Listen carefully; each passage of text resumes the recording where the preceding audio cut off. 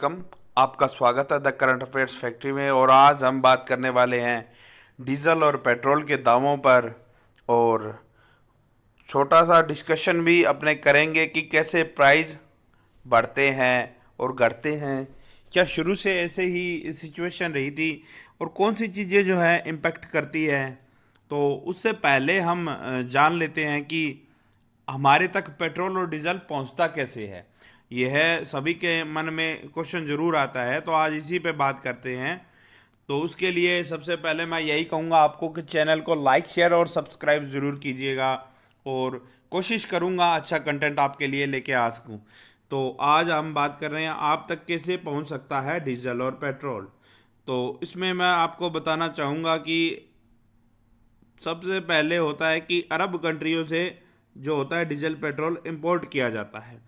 Import करने के बाद वो रिफाइनरी में आता है। देखिए, इंपोर्ट करते हैं जब वो कच्चा तेल होता है, तब तक उसमें कोई डीजल पेट्रोल वाली बात नहीं होती है, वो एक कच्चा तेल होता है। और जब हम उनसे इंपोर्ट कर लेते हैं तो उसके बाद वो रिफाइनरी में जाता है, और रिफाइनरी में जाने के बाद क्या होता है कि डीजल और पेट्रोल को अलग किया जाता है प्रोसेस से, और प्रोसेस से अलग करने के बाद वो जाता है कंपनियों में।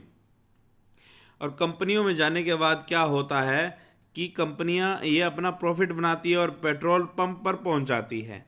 और पेट्रोल पंप पर पहुंचाने के बाद क्या होता है कि जो पेट्रोल पंप का संचालक होता है, डीलर होता है, वो अपना कमीशन होता है, वो कमीशन बनाता है और ख़रीदार तक इसको पहुंचाता है।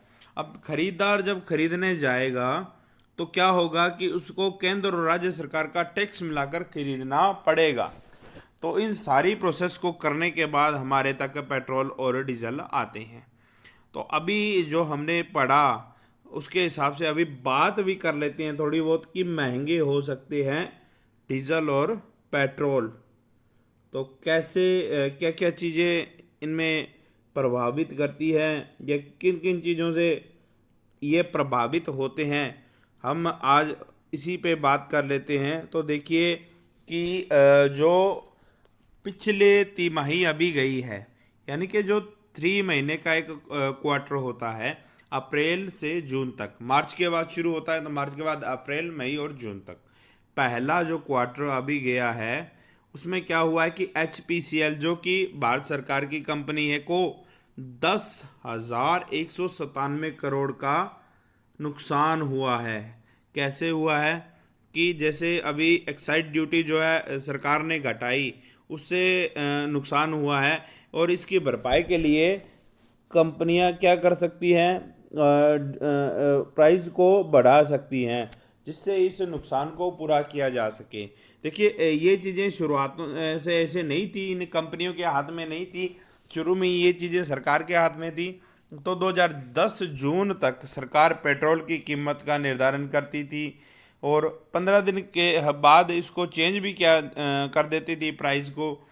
26 जून 2010 के बाद सरकार ने पेट्रोल की कीमत का निर्धारण ऑयल कंपनियों के ऊपर छोड़ दिया। इसी तरीके से अक्टूबर 2014 तक डीजल की कीमत सरकार निर्धारित करती थी, पर 19 अक्टूबर 2014 में ये काम भी ऑयल कंपनियों को सौंप दिया गया।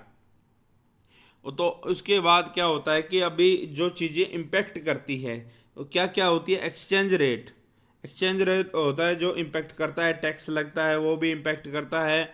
पेट्रोल डीजल के ट्रांसपोर्टेशन का खर्च होता है, मान लीजिए रिफाइनरी में जहाँ पे भी बन रहा है, और एक से दूसरी जगह ले जाने का खर्च, एक से दूसरे स्टेट में ले जाने का खर्च, उसमें टैक्स लगता है, और जो ट्रांसपोर्टेशन लगता है वो सारा खर्च होता है।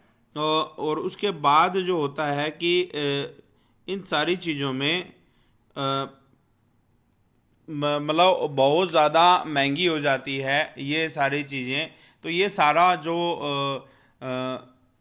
एक्सपेंसिव है, जो ये जनता से ही लिए जाएंगे, क्योंकि ये वो तो ऐड कर देंगी कंपनियां।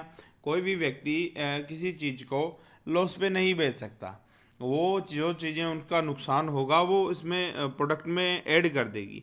तो उसके बाद मैं बताना चाहूँगा कि आपको पेट्रोल डीजल की कीमतों में आखिरी बार 6 अप्रैल को बढ़ोतरी की गई थी, ये तो हमें पता ही है।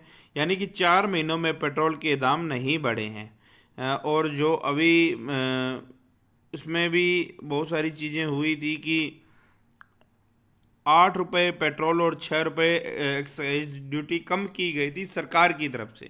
उससे इम्पैक्ट क्या हुआ कि जो पेट्रोल था वो 9.5 रुपये और डीजल था वो 7 रुपये सस्ता हुआ था। तो यह जो चीज़ें हैं मैंने कोशिश की आपको लेके आने की। हो सकता है वो बहुत सारी इसमें गलतियां भी रह सकती है। हो प्रयास यही रहता है कि कंटेंट को बहुत अच्छे तरीके से पेश किया जाए।